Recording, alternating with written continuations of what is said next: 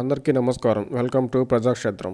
ప్రస్తుతం వైసీపీ టికెట్ల కేటాయింపుల్లో చేస్తున్న మార్పులు చేర్పులను ప్రతిపక్షాలు తమకు అనుకూలంగా చూసుకుంటూ వైసీపీ ఖాళీ అయిపోతుందని విమర్శలకు మాత్రమే పరిమితమైతే ఈ మార్పులు చేర్పుల వెనుక వైసీపీ అసలు వ్యూహాన్ని పసిగట్టలేకపోవచ్చు.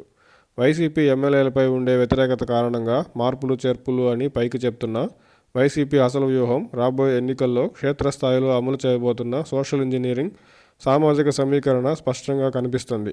టీడీపీ జనసేన పొత్తును ధీటుగా ఎదుర్కొనే విధంగా ఇతర సామాజిక వర్గాల సమీకరణ నియోజకవర్గ స్థాయిలో సైతం చేసుకుంటూ అందుకు అనుగుణంగా టికెట్లు కేటాయిస్తూ పోతుంది. ముఖ్యంగా టీడీపీ జనసేన పొత్తు వలన కాపులలో కోల్పోయే ఓట్లను భర్తీ చేయడానికి బీసీలను 2019లోనే టీడీపీ నుంచి కొంత దూరం చేసిన వైసీపీ ఈసారి బీసీల మద్దతు గణనీయంగా పొందేందుకు వైసీపీ అమలు చేస్తున్న వ్యూహంలో భాగంగానే ప్రస్తుతం మనం చూస్తున్న మార్పులు చేర్పులను భావించాలి. 2024 ఎన్నికలకు వైసీపీ గతంలో కంటే ఎక్కువగా బీసీలకు సీట్లు ఇచ్చే అవకాశం స్పష్టంగా ఉంది. దానికి తోడు నియోజకవర్గ స్థాయిలో బలమైన సామాజిక వర్గాల ఆధారంగా సీట్లు కేటాయిస్తుందని చెప్పడానికి మంగళగిరిలో సిట్టింగ్ ఎమ్మెల్యే ఆళ్ల రామకృష్ణారెడ్డి గారిని కాదని గంజి చిరంజీవి గారిని ఇన్ఛార్జిగా చేయడమే ఉదాహరణ.